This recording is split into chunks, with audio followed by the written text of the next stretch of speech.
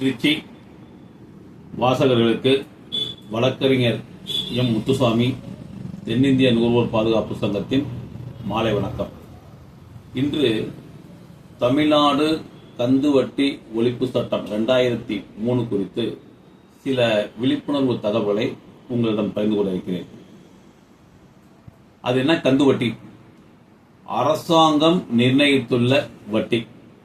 அந்த வட்டியை வசூல் பண்ணாங்கன்னா அது நியாயமான வட்டி.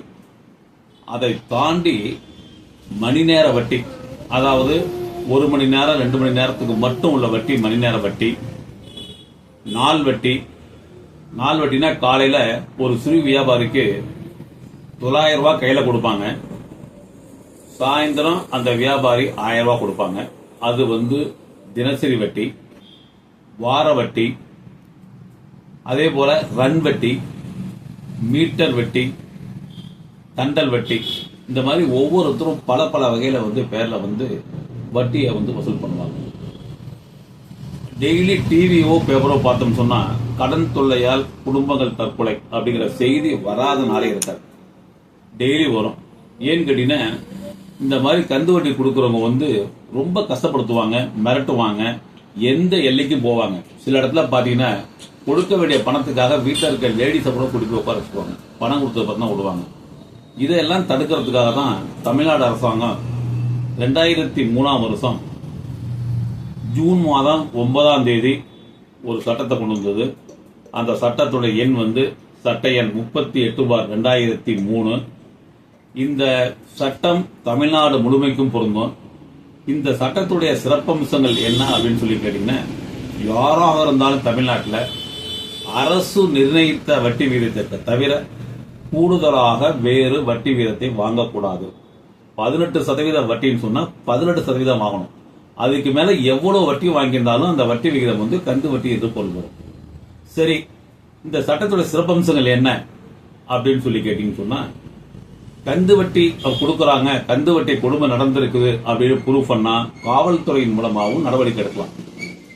அந்த மாதிரி குற்றம் நிரூபிக்கப்பட்டால் அவங்களுக்கு 3 வருஷம் ஜெயில் தண்டனை, 30,000 ரூபாய் அபராதம். சரி, அப்படின்னு சொன்னா சிவில் கோர்ட் மூலியமாகவும் இந்த கந்து வட்டி பிரச்சனைக்கு நம்ம தீர்வு காணலாம். இதற்காக EIOP exorbitant interest original petition என்ற பெட்டிஷனை நம்ம சிவில் கோர்ட்ல தாக்கல் பண்ணலாம்.